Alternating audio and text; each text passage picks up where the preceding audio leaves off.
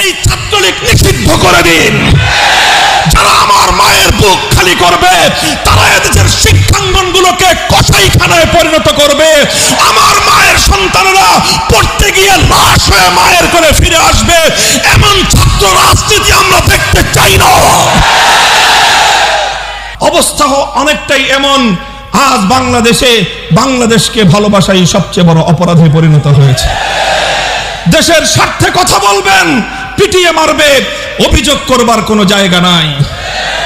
সংগ্রামী সাথী ও বন্ধুগণ, আমার কথা হলো এভাবেই অন্যায়, অবিচার, জুলুম, শোষণ, দুর্নীতি, জনগণের সম্পদ লুণ্ঠন ফিরিস্তি কয়টার দিব, কয়টার কথা বলবো? তানহামা দাগ দাগ সুদ, পুম্বা কুজা কুজা নেহাদ, সারা শরীর ক্ষত বিক্ষত, মলম আর পট্টি আমি কয়খানে লাগাবো? এভাবেই চলবে। মুসলমানদের জনপদ, মুসলমানদের দেশ যতদিন পর্যন্ত কোরআন সুন্নাহ খেলাফতে রাশেদার শাসনের দিকে ফিরে না যাবে, গণতন্ত্র দিয়ে মুক্তি আসবে না, সমাজতন্ত্র দিয়ে জনগণের অধিকার প্রতিষ্ঠা হবে না, কোন তন্ত্রমন্ত্র জাতির মুক্তি আনতে পারবে না।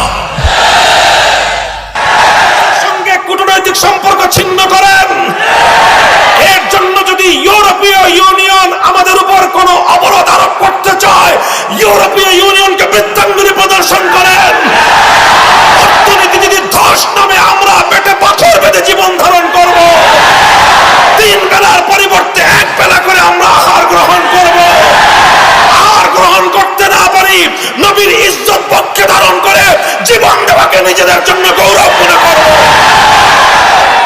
আমাদের গলার উপর দিয়ে ছুরি চালিয়ে দাও, আমাদের রক্ত দিয়ে আল্লাহর জমিনকে রঞ্জিত করে দাও, আমরা তোমাদের বিরুদ্ধে ততটা ক্ষিপ্ত হব না। আমার নবীর ব্যঙ্গ চিত্র অঙ্কন করলে আমরা যতটা ক্ষিপ্ত হই। আমাদের বুকগুলোতে বুলেটের আঘাতে তোমরা ঝাঁঝরা করে দাও, আমরা আমাদের বক্ষগুলোকে তোমাদের সামনে পেতে দেওয়ার জন্য প্রস্তুত হয়েছি। মুসলমান হওয়ার যেই হও, জুলুম করবা, ইসলাম আমাকে জুলুম বরদাস্ত করার শিক্ষা দেয় নাই। তুমি হিন্দু হও, মুসলমান হও, জুলুম করতে আসবা, তোমার হাত ভেঙে দিতে শিক্ষা দিয়েছেন আমার নবী। আমার সরল প্রাণ মুসলমানদের সন্তানদেরকে বিবর্তনবাদ শিক্ষা দিয়ে নাস্তিক প্রজন্ম গড়ে তুলবার চেষ্টা করছো। যখন আমরা দেখি তোমরা এমন এক সংস্কৃতি বাস্তবায়ন করার চেষ্টা করছো, যেই সংস্কৃতির বিরুদ্ধাচরণ আমরা না করলে আগামী দিনে প্রতিটি মুসলমানের ঘরে ঘরে বিভিন্ন মূর্তির